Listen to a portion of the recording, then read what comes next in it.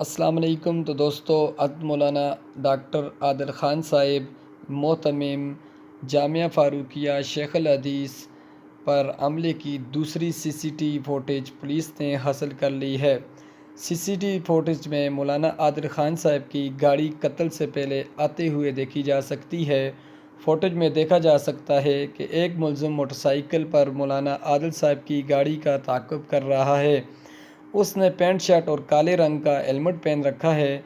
یہ وہی ملزم ہے جو فائرنگ کرنے والوں کی دہشت گردوں کو لے کر فرار ہوا تھا۔ مولانا عادل صاحب کا تعاقب کورنگی دارالعلوم سے کیا گیا، جہاں سے وہ مغرب کی نماز ادا کرنے کے بعد 7:20 پر روانہ ہوئے اور ان پر فائرنگ 7:40 کے قریب کی گئی۔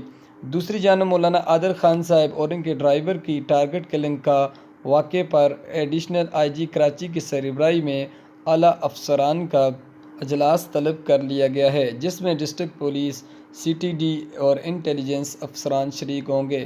پولیس ذرائع کے مطابق مقدمے کی حتمی شکل کارروائی اور اعلی خانہ مشاورت کے بعد کی جائے گی اور اجلاس میں واقعہ کا مقدمہ سی ٹی ڈی یا تھانے میں درج کرنے کا فیصلہ کیا جائے گا۔